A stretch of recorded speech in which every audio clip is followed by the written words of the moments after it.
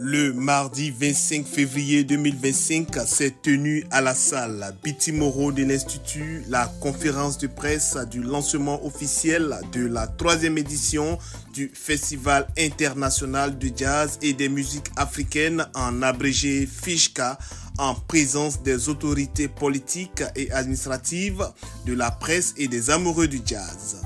Le professeur Siaka Ouattara, directeur général de l'Institut, comme à l'accoutumée, a souhaité la cordiale bienvenue à nos hôtes avant de présenter l'INSAC et son rôle dans le domaine des arts et de la culture en Côte d'Ivoire. Nous vous exprimons ici la cordiale et chaleureuse bienvenue et nous vous disons que l'INSAC, c'est vraiment notre maison à nous tous.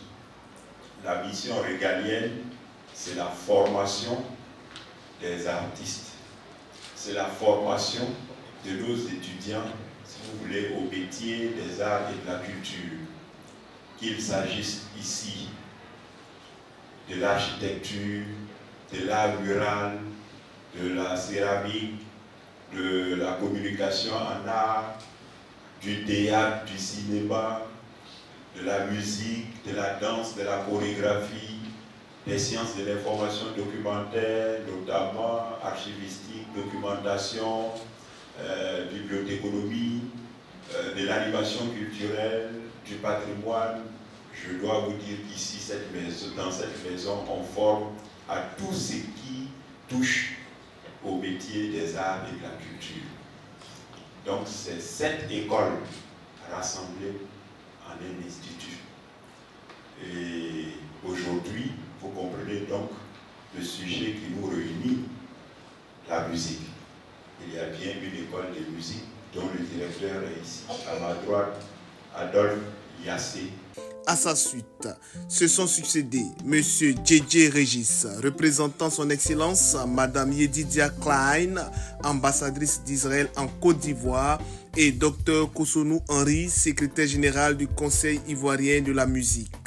L'INSAC et l'ambassade d'Israël, mais aussi l'ambassade d'Israël et la culture ivoirienne dans sa généralité. Donc l'ambassadeur, malheureusement, n'a pas pu être présent à cause de toutes les tâches qui lui incombent, et même a demandé de la représenter.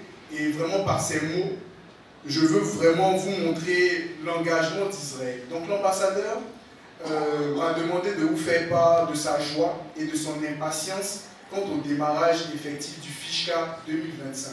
Qui accompagne tout projet structurant. Et donc, tous ceux qui ont des activités et qui souhaitent notre accompagnement peuvent nous entendre en contact avec nous, de sorte qu'on leur déroule un certain nombre d'adresses qui pourront leur faciliter bien sûr l'accès à certains financements. Parce qu'on ignore beaucoup de choses de consigne.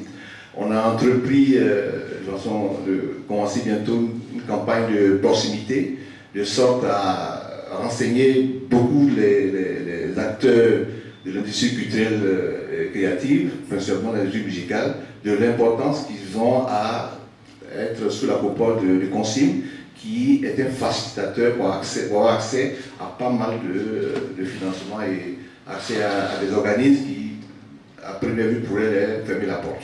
Chacun d'eux, à tour de rôle, a mis en lumière les très bonnes relations entre Israël et la Côte d'Ivoire et l'implication du Conseil ivoirien de la musique dans l'organisation du festival et l'importance du soutien gouvernemental.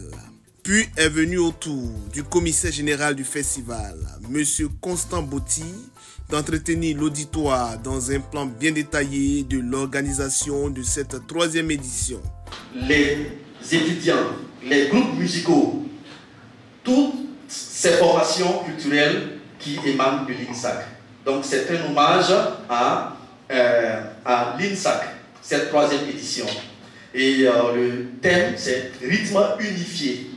Célébration de la cohésion sociale à travers le jazz et les cultures africaines. Des performances artistiques jouées en intermède ont meublé cette rencontre avant l'ouverture de la conférence aux questions des journalistes et aux réponses des intervenants sur les attentes pour le festival, les enjeux culturels et l'impact de cet événement sur la scène musicale et culturelle ivoirienne et internationale. Vive le Fishka 2025.